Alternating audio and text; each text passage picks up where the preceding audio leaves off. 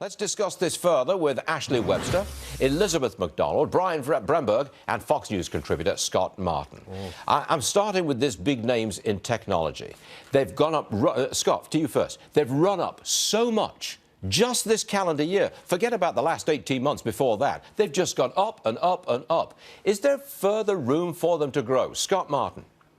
I think there is, Stuart. You know, technology is leading this economy once again, and your comment is spot on. You know what's interesting about the tech sector is post-election up until December 31st of last year, the tech sector was one of your laggards, believe it or not, for whatever reason. I think most of it was tied to this whole repatriation tax holiday that hopefully is coming, where a lot of these tech companies, remember the trillions that are overseas, most of that is in tech, even in Apple and Google and Microsoft and so forth. So if we get a repatriation tax holiday, they bring those funds back to stateside, invest in labor and development and research. That's why the tech stocks are going up. I got to tell you, Scott, when somebody recognizes me on the street, almost always the first question is Apple going to go to 150?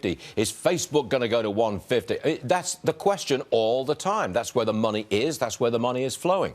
Brian Bremberg, it seems to me that these American technology giants on the screen right now, they absolutely dominate global technology. Well, and they disrupt every industry. I mean, look at those names, name after name, whether it's television, whether it's retail. They're changing the industry, and they're making money doing it. They're not as dependent on policy as some of the Dow companies are. They're just rechanging the landscape, and that's why you see the stocks going up. You know, back in the 1990s, the dot-com bubble, I mean, their stocks were straight up, but they were based on nothing. Yeah. I mean, these companies... People buy stuff from Amazon.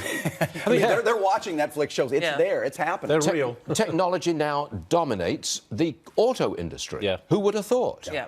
Amazon dominates retailing. Facebook dominates social networks all around the world. Right. That's why the money is flowing there, I guess. Yeah. Any other reason? I can't think of it. The New York Times, let's get back to that. We must. The New York Times says, I'll give you the headline, little sign of a Trump bump in the economic forecast. May I point out the man is less than 70 days into his presidency, and they see no sign of a Trump bump for the forecast. Come on, Bremberg, destroy him. Well, he's got to get something done. They're not going to bake anything in until something gets done. Anybody who's watching this realistically says tax reform is going to happen, regulatory changes are going to happen. That's going to change the growth trajectory. So I don't really buy into these forecasts because they're just not willing to bake anything in until it actually happens. I think the reality check has bounced over at the New York Times and elsewhere. It took Reagan, 8 months to get a tax cut in '81, Clinton 18 months to do welfare reform, and Obamacare 8 months, right, to do Obamacare. That's according to Newt Gingrich, and he's right. I mean,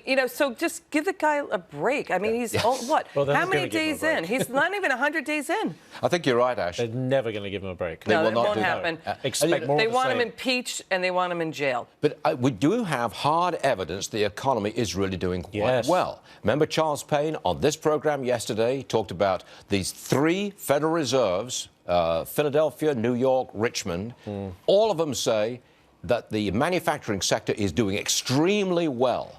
And that's happening right now. It's not a forecast of the future. It's happening right now. And I know the data is a little weaker, but, consumer confidence is sky high, and the housing industry is really coming back strong. The number of pending home sales is going through the roof. Home prices are going up. Yeah. That's another good sign of confidence in the economy. Exactly. Well, so that's a consumer confidence survey also says that the consumers think that stocks are going to go up. Half of them think that stocks are going to rise in the next 12 months. Let me get to that Fox News poll. Just came out. 3/4, 73% of registered voters think that the tax system should be reformed this year. Scott, clearly, tax reform is popular. I'm not going to ask you whether or not it's going to get done. I'm just saying, look, voters are ignoring all the political noise and focusing on what's important, cutting taxes. Well, and I'll tell you, Stuart, I hope that Congress listens to them, because obviously what's happened with the health care bill in the last couple of weeks has been a little bit of a hiccup. But with respect to tax reform, I think this is something that Trump is going to get some very nice bilateral support on. So if he wants to get a win, if he wants to get a bill through and hopefully get taxes a little bit more appropriate for America, I believe this is a good place to start by listening to the voters and following what they want. I'm sorry to interrupt. Look at those, the Dow winners on the left-hand side of the screen, all over the map. All on the map. There was technology, there was energy, there was healthcare. They were all on the upside. Look at that. And a big bank, Goldman Sachs. All of them on the upside, all across the board. Very interesting. It is interesting. And to Scott's point, 45% of Democrats want tax cuts. Again, we talked to a big Democrat donor. They think they're so off the rails, the Democrat Party right now. The Democrats are silently behind the scenes saying, whispering to each other, you know what, we got to go back to tax cuts. What, the Democrat? The Democrats. Did you say 45 or 55? In this Fox News poll, 45% think taxes are too high. And that's Democrats? That's Democrats. 45% Democrats think taxes are too high? Correct. Am I going crazy or what, yes. Brenberg? And look, and voters don't want Republicans to complicate this. This goes back to the border adjustment tax. Don't do something that you can't come together on. Give us a tax cut. Give it to us now. We want something we understand and that'll work for us. Look, we spend a lot of time on politics because this is a politicized stock market. Right. Granted, it's looking at the economy and profitability. I got that. But they're ignoring the political noise that's going on here. Look at this. Check that big board. OK, we're down 8 points. But look at the level, 20,647. Lululemon, back in the news. They've given a weak forecast. Ooh, ouch, that hurts. Down 21%, $52 a share, $13 down. How about McDonald's? Big change coming. It will swap out frozen beef for fresh beef patties in its quarter-pounder burgers. The change coming up most U.S. locations by next year. No impact on the stock. None. There you have it for fresh. Yeah. Amazon and Apple, they both hit all-time highs yesterday. Apple retreating to the tune of 15 cents this morning. I think Amazon is right there at $873 per share.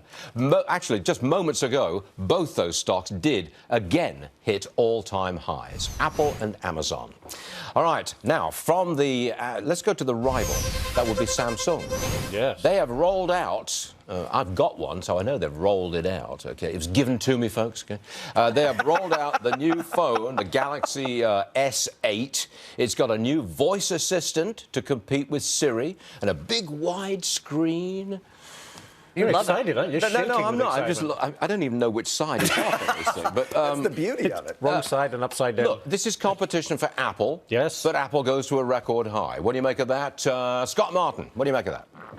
Well, it's going to be interesting, Stuart, because they need a comeback right after the issues that they had with the phones blowing up and catching fire on everybody. And I'll tell you what's interesting is the Apple iPhone, though, coming out here that we have in the fall, the iPhone 8, which is the big one, the granddaddy, about $1,000 in price, still seems like the dominator to me. In fact, if you look at the Apple earnings report from recent quarters, they talk about how the price of the iPhone now has really got some power behind it, and the fact that they're selling these iPhones for more than they ever have. So Samsung needs to catch up, certainly, but it's a good start. I'm astonished because this is a very nice phone. I just got the right button, clicked the thing, and it's a beautiful screen, Brembo. The reviews on this are very good. I think Samsung has done the right thing. I would expect them to compete well with the Apple iPhone 8. So would I. So that's why I'm surprised that Apple's gone to a record. Look at that chart, straight up, even though Galaxy comes out with this. Pretty good, I'd say. Yeah. Now this, Lizzie, this is for you. Okay, here we go. Hold on a second. Hold yourself back for a second. Oh. That man, Amazon's chief, Jeff Bezos, he has just bumped Warren Buffett out of second place. Bezos is now in second place. He's the second richest person in the world. How much has he got? 75.6 billion. So the two guys who don't like Trump are neck and neck right now. It's Jeff Bezos and Warren Buffett. So Warren Buffett comes in at 74.9 billion. Bill Gates is still the wealthiest at 86 billion. 86. I want to make the point again, and Bremberg, I want you to reinforce this. In America, we do not tax wealth. Right. Bezos is not taxed on his $75 billion in wealth. Yeah. We tax income. I don't want to penalize either one of those. No, neither do I. I'm with you all the way. Yeah. But what drives me nuts is these multi-billionaires who say, oh, the rich have got to pay more in taxes. Yeah. They don't pay more in taxes. We do, for heaven's sake. Well, and it certainly doesn't burden them the way that it burdens your average middle-class American, and that's the point. Yes. Scott Martin, do you want to stay on this program or not? Because you've got to agree with me that we don't tax wealth. We're only taxing I was going to disagree until you put it that way, Stuart. But listen, you know what's funny about Jeff Bezos? I mean, I'm happy for him because we've talked about this in the show a lot. We're Amazon shareholders here at my firm and with my clients, but I'll tell you what he certainly didn't get richer by doing, buying the Washington Post, that's for sure. Yeah, but it's given him quite a vehicle for his outrage, that's a fact. Now, let's see, is Amazon, we still paying tax when we buy something on Amazon? Is that accurate? If sales taxes are coming in, they're going to make the third-party collectors. In other words, they've gotten a big chunk of their sellers or third-party sellers, small business guys. Those small business shops are going to have to start collecting sales tax. tax for a growing number of states. That hasn't affected the stock. Yeah. By the way, that's 9,600 tax jurisdictions. Small businesses will have to figure out what taxes they owe if this potentially. Used to be tax-free. Here comes again, more money grab. And they love to tax you. I got to say thank you to Brian and Scott. Great performance this Thursday morning. Gentlemen, thank you very much indeed. Where are we now?